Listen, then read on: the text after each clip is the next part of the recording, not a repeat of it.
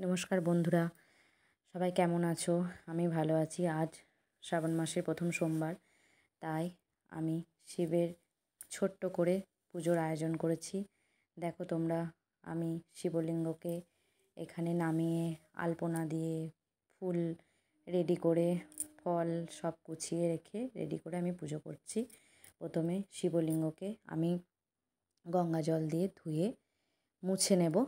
দেখো তোমরা দেখতে থাকো এবং আমার পাশে থাকো। কেমন আমি শিবের পুজো করছি দেখো।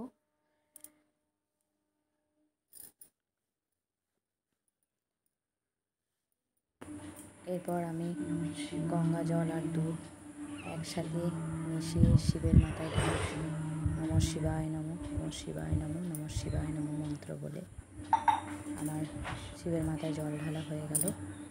এরপর আমি আবার গঙ্গা জল দিয়ে শিবলিঙ্গকে পরিষ্কার করে নেব। পরিষ্কার করে নিচ্ছি এবং ভালো করে মুছে শিবলিঙ্গকে আমি আবার ওর জায়গায় রেখে দেব। রেখে দিয়ে আমি এদিকে চন্দন বেটে রেখেছিলাম। চন্দন বেটে রেখে আমি শিবের গায়ে তিলক টেনে দিচ্ছি। দেখো 3টে তিলক টানলাম। এরপর আমি একটা ওপর দিকে তিলক টেনে দিলাম। আমি এইভাবেই পুজো করলাম। তোমরা কিভাবে পুজো করো জানি না, আমি শিবের পুজো এরকমভাবেই করি। এরপর আমি ফুল দিয়ে শিবকে পুজো করলাম। তারপর প্রদীপ জেলে রেখেছিলাম, সেই প্রদীপ আমি শিবকে দেখালাম এবং প্রণাম করে নিলাম।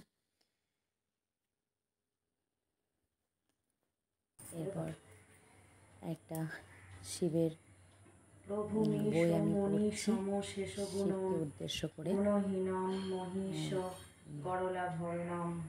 সোমবার তার জন্য মন্ত্র পড়তে হয়, সেই মন্ত্র আমি বই দেখে পাঠ করছি। রাজিত কোটি বিধুম সবকিছু সোমবার শ্রাবণ মাসে শিবের উদ্দেশ্যেই করছি।